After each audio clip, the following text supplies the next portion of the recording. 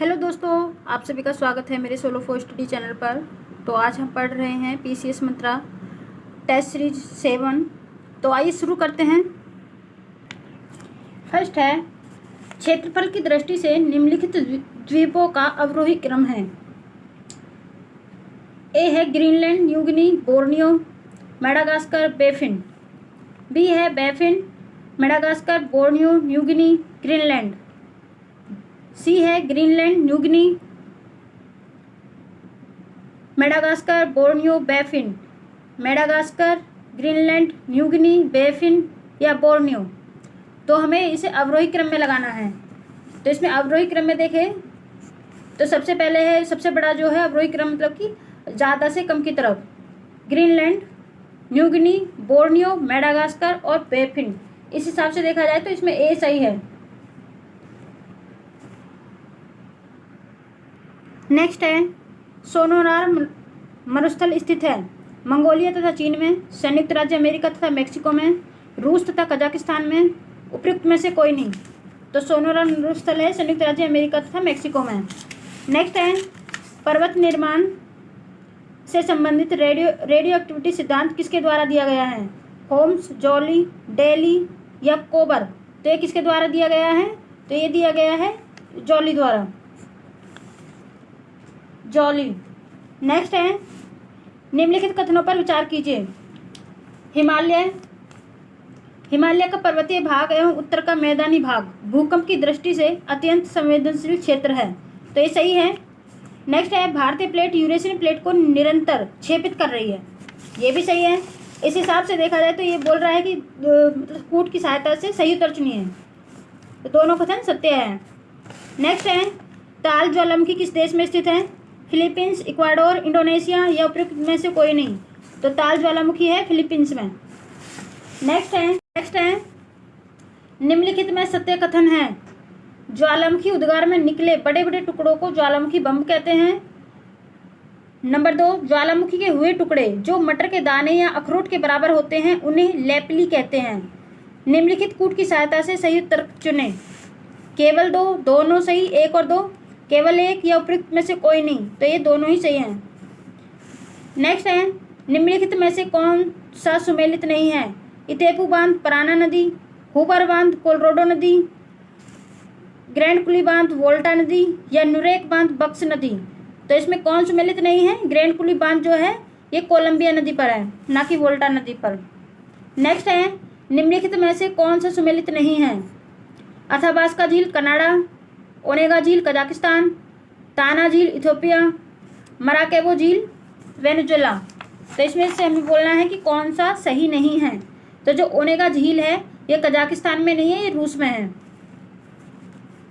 रूस में।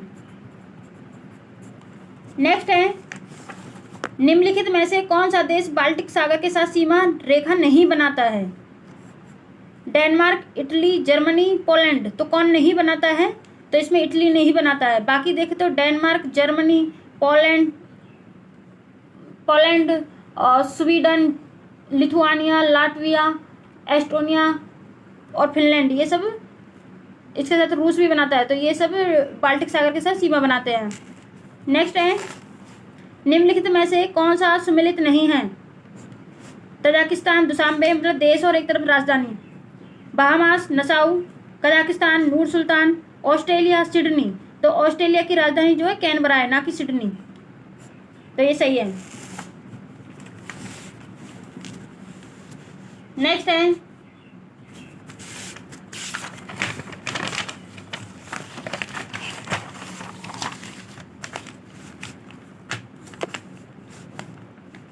सूची 1 को सूची सेकंड से सुमेलित कीजिए तथा नीचे दिए हुए कूट की सहायता से सही उत्तर का चयन कीजिए। तो एक तरफ तेल शोधनशाला है और एक तरफ राज्य है। तो हमें इनकी मतलब सूची मिलान करना है इनका। बरौनी, तो बरौनी जो है कहाँ पड़ता है? ये बिहार में है। तो इस तरीके से देखें तो 2, तो 2 इसमें भी, 2 इसमें भी है। दूसरा बीना जो है मध्य प्रदेश में है। तो 1, तो 2 और 1, इस तरीके से देखा जाए तो इसमें यही सही है। जैसे कि हम बाकी देख लेते हैं, जैसे कि बरौनी बिहार, बीना मध्य प्रदेश, नुमालीगढ़ असम और तातीपाका गुजरात। तो इस तरीके से 1 सही है। नेक्स्ट है, निम्नलिखित में से कौन सा युग्म सुमेलित नहीं है? खोदरीबा खान ये तांबा के लिए प्रसिद्ध है, जावर खान सीसा के लिए, और बालाघाट अभ्रक के लिए, और जादूगोड़ा यूरेनियम के लिए। तो इसमें से कह रहा है कौन सही नहीं है? तो इसमें जो बालाघाट है ये अभ्रक के लिए नहीं है, ये बॉक्साइड या मैग्नीज के लिए प्रसिद्ध है। नेक्स्ट है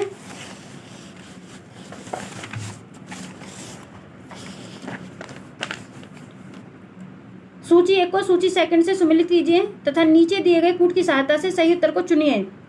एक तरफ ताप विद्युत केंद्र है, एक तरफ राज्य है। पतरातू, पतरातू जो है कहाँ पड़ता है? तो पतरातू है झारखंड में, झारखंड। दूसरा सिमहाद्री, सिमहाद्री कहाँ पड़ता है? तो सिमहाद्री पड़ता है आंध्र प्रदेश में।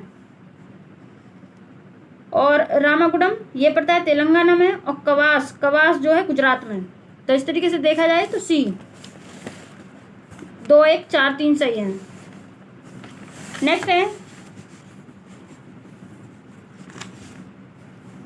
निम्नलिखित में से कौन सा युग्म सुमेलित नहीं है? एक तरफ लौह इस्पात कारखाना है, एक दूसरी तरफ लौह अयस्क स्रोत है।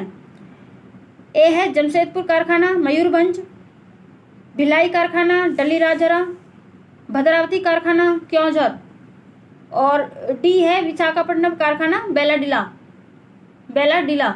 तो इसमें देखा जाए तो जो है ये भद्रावती कारखाना जो है ये क्योंझर के लिए प्रसिद्ध नहीं है, मतलब लोह क्षेत्र नहीं है। भद्रावती कारखाने के लिए है बाबा बुदन की पहाड़ी, इसे ये इसलिए यही सही है, क्योंझर इसमें सही नहीं है। बाबा बुदन की पहाड़ी लोहे के लिए प्रसिद्ध है, पहाड़ी। नेक्स्ट है निम्नलिखित में से कौन सा युग्म सुमेलित नहीं है? एक तरफ स्थान है, दूसरी तरफ उद्योग है। आंवला, आंवला है उर्वरक उद्योग के लिए, रेणुकूट जो है एल्युमिनियम उद्योग के लिए, चंदेरी संगमरमर उद्योग के लिए, और मथुरा तेल शोधन कारखाना के लिए। तो इसमें बोला है कौन सा सुमेलित नहीं है? तो जो चंदेरी है ये संगमरमर उद्योग के लिए प्रसिद्ध नहीं है, चंदेरी जो है साड़ी उद्योग के लिए प्रसिद्ध है, साड़ी उद्योग।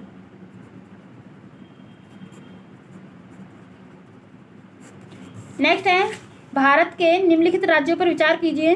पंजाब, राजस्थान, गुजरात, उपयुक्त में से किन राज्यों का संबंध भागड़ा नागल बांध परियोजना से है? तो इसमें देखें तो जो पंजाब और राजस्थान इनका संबंध है, गुजरात का संबंध इससे नहीं है। तो पंजाब, राजस्थान और हरियाणा ये 3 इससे संबंधित है। तो इसमें हरियाणा नहीं दिया, तो इसमें 2 दे रखे हैं। तो इसमें पंजाब, राजस्थान, गुजरात का इससे कोई संबंध नहीं है। नेक्स्ट है तिलैया बांध निम्न में से किस परियोजना से संबंधित है? चंबल घाटी परियोजना, शिव समुद्रम परियोजना, दामोदर घाटी परियोजना, टिहरी बांध परियोजना। तो तिलैया बांध का संबंध किससे है? दामोदर घाटी परियोजना। नेक्स्ट है स्थानांतरण कृषि, स्थानांतरण कृषि के संबंध में निम्नलिखित में से कौन सही सुमेलित नहीं है? मिल्पा मध्य अमेरिका की कृषि है, मतलब स्थानांतरित कृषि है। तोंगिया कंबोडिया की है, जूमा सुमात्रा की है, और रोका जो है ब्राजील की स्थानांतरित कृषि है। तो इसमें कह रहा है कि कौन सही नहीं है? तो इसमें जो तोंगिया है ये कंबोडिया की नहीं है, तोंगिया जो है ये म्यांमार की है, म्यांमार की स्थानांतरित कृषि है, म्यांमार। नेक्स्ट है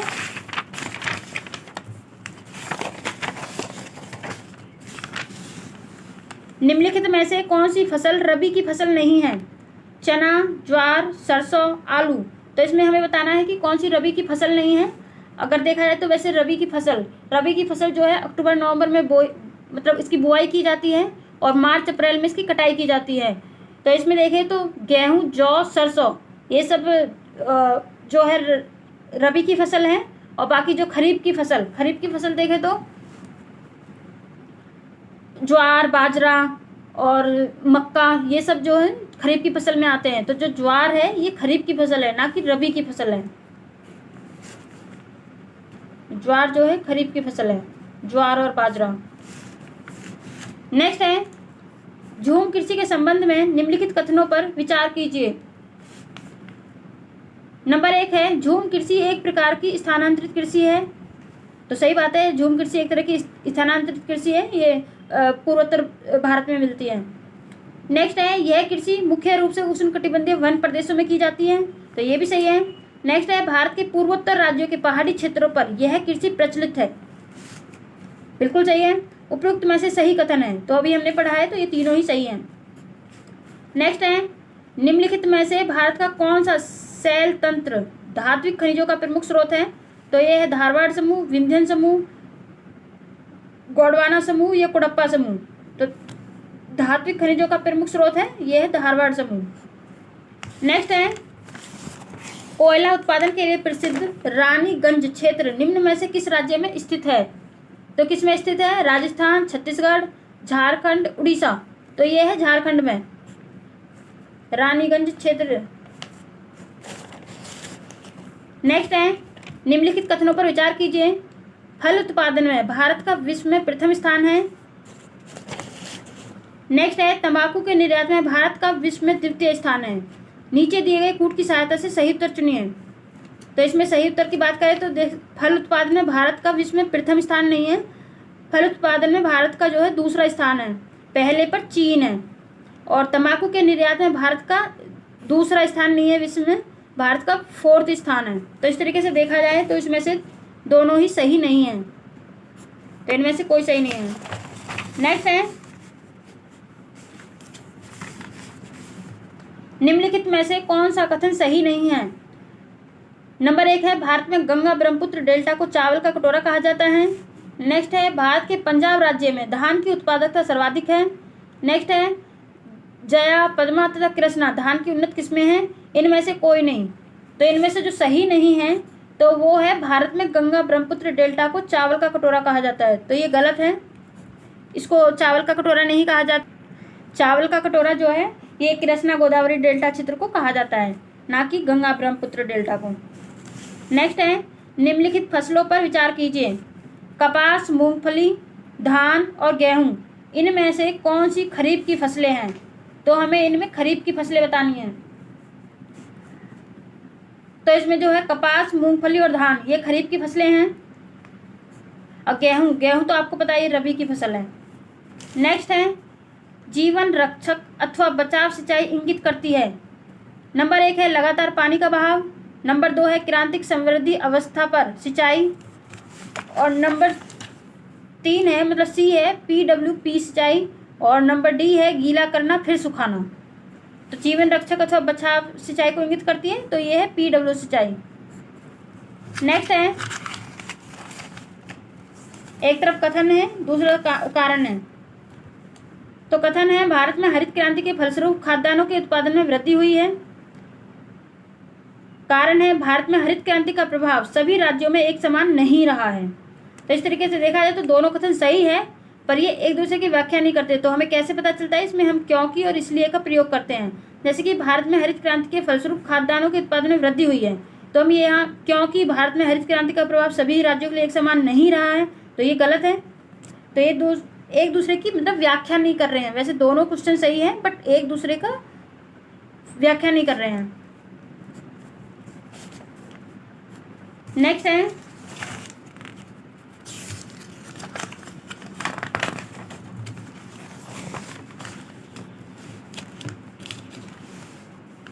निम्नलिखित में से सही सुमेलित है।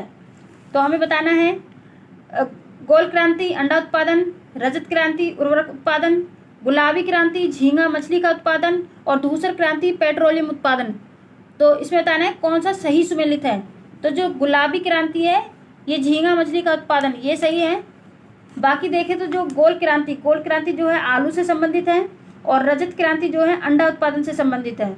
अब बाकी देखें तो जैसे ये पेट्रोलियम उत्पादन के लिए कौन सी क्रांति है, तो ये है कृष्ण क्रांति, मतलब इसको काली क्रांति भी बोलते हैं। और जो धूसर क्रांति है ये उर्वरक उत्पादन के लिए प्रसिद्ध है। नेक्स्ट है, कृषि के क्षेत्र में टॉप ड्रेसिंग का तात्पर्य है। नंबर 1 है, बुआई से पहले उर्वरक को खेत में डालना। बी, खेतों में पानी का उचित प्रयोग। नंबर सी, पोटास युक्त उर्वरक का प्रयोग। और डी है, खड़ी फसलों में उर्वरक का प्रयोग किया जाना। तो टॉप ड्रेसिंग का तात्पर्य क्या है, तो ये है खड़ी फसलों में उर्वरक का प्रयोग किया जाना। नेक्स्ट है कथन 1, जीरो बजट खेती के तरीकों का एक समूह होता है। कथन 2 है, इस प्रकार की खेती में ऋण और रासायनिक उर्वरक का प्रयोग नहीं किया जाता। किस में नहीं किया जाता है? जीरो बजट खेती में। दोनों कथन सत्य हैं, दोनों कथन असत्य हैं। कथन 1 सत्य है और कथन 2 असत्य है। कथन 1 असत्य है, कथन 2 सत्य है। तो इसमें जो है दोनों कथन सत्य हैं। इस प्रकार की जो खेती होती है ग्लोबल वार्मिंग और वायुमंडल में जो बदलाव आते हैं ना, उनको रोकने में सक्षम होती है जीरो बजट खेती। नेक्स्ट है, निम्नलिखित में से सही सुमेलित नहीं है। नरेंद्र देव कृषि एवं प्रौद्योगिकी विश्वविद्यालय फैजाबाद में है, तो ये सही है। ये पूछ रहा सही नहीं है, तो ये सही है। बी है, सरदार पटेल कृषि एवं प्रौद्योगिकी विश्वविद्यालय मेरठ में है, सही है। दीनदयाल उपाध्याय पशु चिकित्सा विश्वविद्यालय मथुरा में है।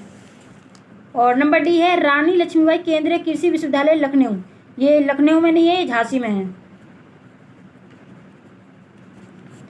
तो इस तरीके से देखा जाए तो डी सही नहीं है, झांसी। नेक्स्ट है, Indian institute of vegetable research स्थित है, तो कहाँ पर स्थित है? वाराणसी, मेरठ, लखनऊ, कानपुर। तो ये वेजिटेबल वाली जो है ये वाराणसी में है।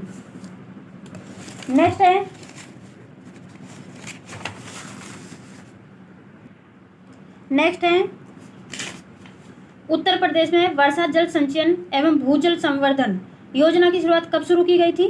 तो 2018, 2019, 2020 या 2021। तो कब शुरू हुई है? ये हुई है 2018 में। नेक्स्ट है, निम्नलिखित कथनों पर विचार कीजिए। नंबर 1 है, वूली एफिड सेब का कीट है। नंबर 2 है, माहू, ये सरसों का कीट है। और नंबर 3 है, पनामा रोग, ये केले में पाया जाता है।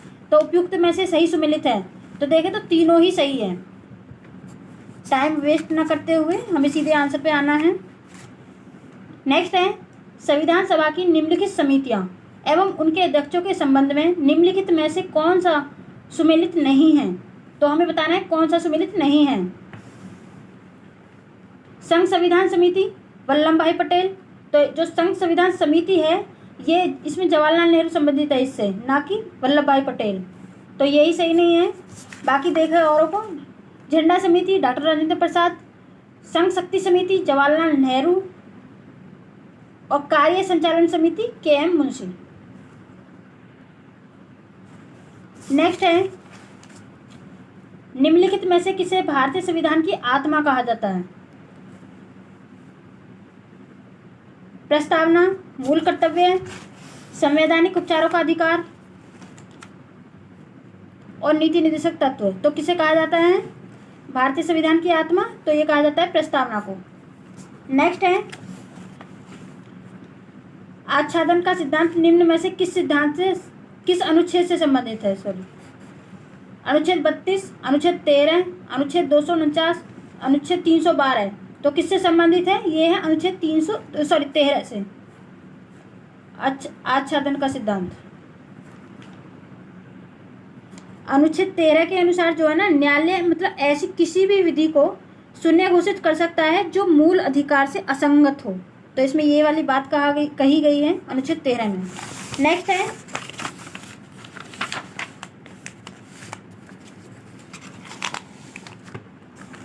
प्रतिशत रिट का संबंध है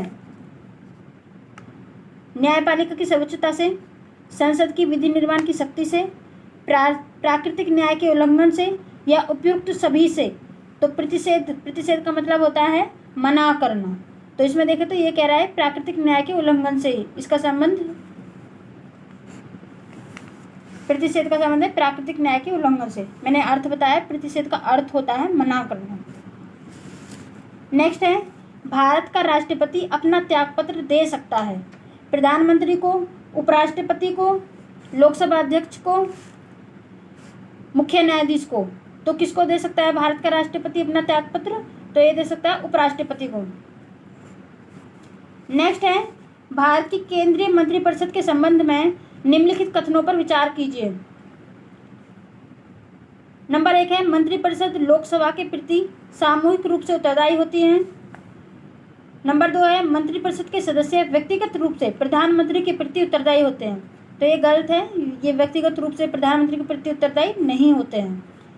मंत्रिपरिषद लोकसभा के प्रति सामूहिक रूप से उत्तरदायी होती है। तो उपयुक्त में से कौन सा सही कथन है? तो केवल एक। नेक्स्ट है,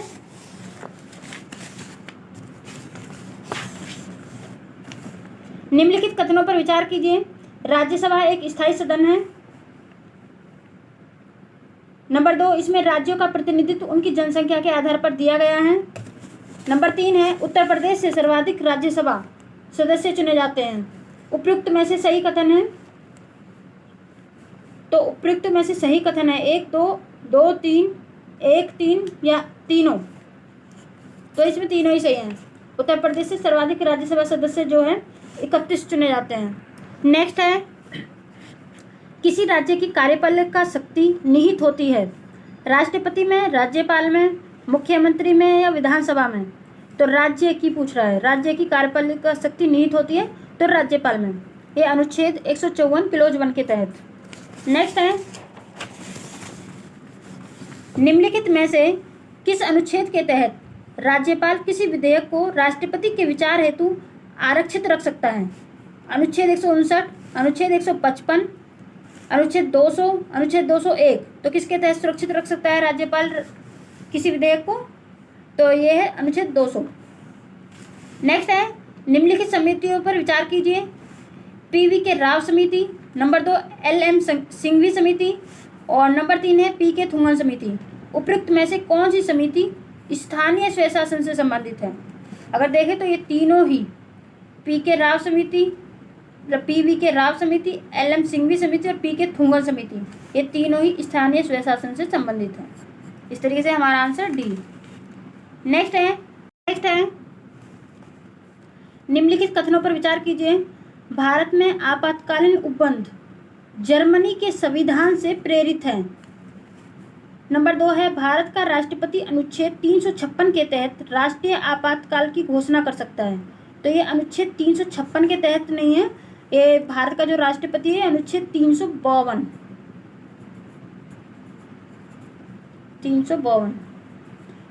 के तहत राष्ट्रीय आपातकाल की घोषणा कर सकता है। तो इसमें कह रहा है उपयुक्त में से सही कथन है। तो इसमें जो सही है सिर्फ एक सही है। नेक्स्ट है, भारतीय संविधान का भाग 9 संबंधित है। भारतीय संविधान का भाग 9 संबंधित है पंचायतों से, नगरपालिकाओं से, सहकारी समितियों से या इनमें से कोई नहीं। तो किससे संबंधित है? तो ये है पंचायतों से, भाग 9। बाकी देखें तो जो भाग 9 क्या है वो नगरपालिकाओं से संबंधित है और भाग 9 ख में जो है सहकारी समितियां हैं। नेक्स्ट है, निम्न कथनों पर विचार कीजिए।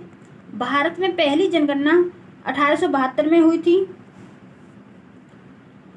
इस समय भारत का गवर्नर जनरल लॉर्ड रिपन था। किस समय की बात कर रहा है? 1872 की। तो उपयुक्त में से सही कथन चुनिए। तो इसमें देखें तो जो लॉर्ड रिपन है, लॉर्ड रिपन नहीं था उस टाइम पे। गवर्नर जनरल जब पहली बार जनगणना हुई 1872 में, तब यहाँ पे लॉर्ड मेयो था। लॉर्ड मेयो था। इस तरीके से देखें तो इसमें से सही कथन कौन सा है? तो केवल एक,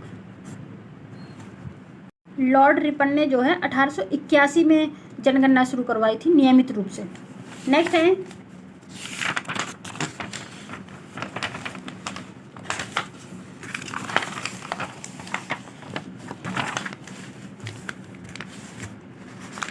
भारत की जनसंख्या में सर्वाधिक वृद्धि दर किस दशक में हुई थी? तो नंबर 1 1961 से 71, बी है 1971 से 81 और सी है 1981 से 1991 और डी है 1991 से 2001। तो ये कह रहा है कि भारत की जनसंख्या में सर्वाधिक वृद्धि दर किस दशक में हुई वृद्धि दर? तो ये हुई थी 1961 से 71 में। और कितने परसेंट की हुई थी? तो 24.8%। नेक्स्ट है, प्राकृतिक आधार पर आधारित जनसंख्या सिद्धांत का प्रथम प्रतिपादन किसने किया था? तो किसने किया था? ये Karl Marx, David Ricardo, Malthus या हेनरी जॉर्ज? तो ये किया था माल्थस ने। नेक्स्ट है, जनगणना 2011 के अनुसार 0 से 6 आयु वर्ग के बच्चों के लिंग अनुपात में शीर्ष राज्य कौन सा है? मिजोरम, मेघालय, केरल, अरुणाचल प्रदेश। तो कौन सा राज्य शीर्ष पर है?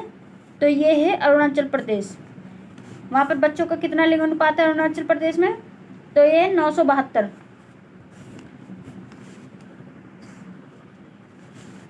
अगले 50 क्वेश्चन हम नेक्स्ट वीडियो में करेंगे। Thank you for watching this video.